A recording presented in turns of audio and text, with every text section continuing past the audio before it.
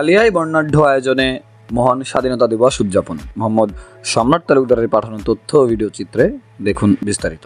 সারা দেশের মতো নড়াইলের কালিয়াতেও যথাযোগ্য মর্যাদায় মহান স্বাধীনতা ও জাতীয় দিবস পালিত হয়েছে।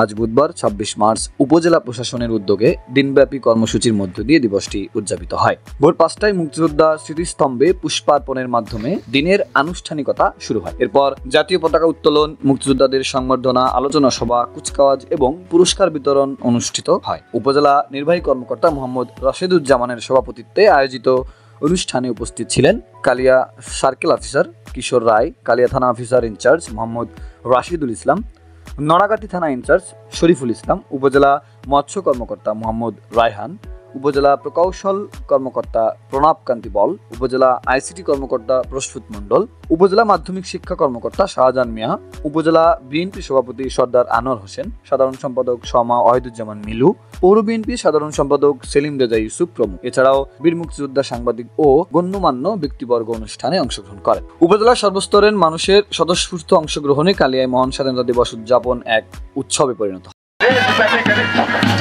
দেশব্যাপী গেরিলা যুদ্ধে অংশ নেয়, পাকিস্তানি সেনাদের প্রবল প্রতিরোধ গড়ে তোলে। এই মুহূর্তে পতাকা মঞ্চ অতিক্রম করছেন বাংলাদেশ পুলিশ বাহিনী।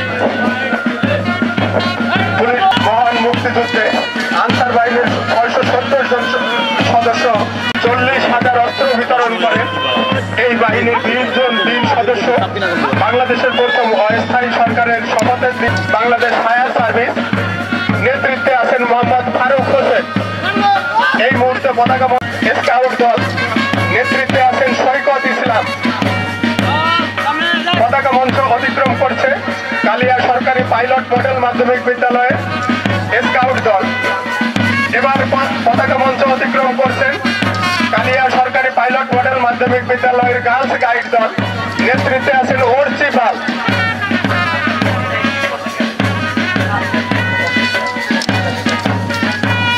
এবার পতাকা মঞ্চ অতিক্রম করছে কালিয়া পিএস মাধ্যমিক বালিকা বিদ্যালয়, যার নেতৃত্বে আছেন হাবিবা সুলতানা। আমাদের সর্বশেষ অংশগ্রহণকারী শহীদ এখলাস উদ্দিন মাধ্যমিক বিদ্যালয়, যার নেতৃত্বে মেহরাব হোসেন।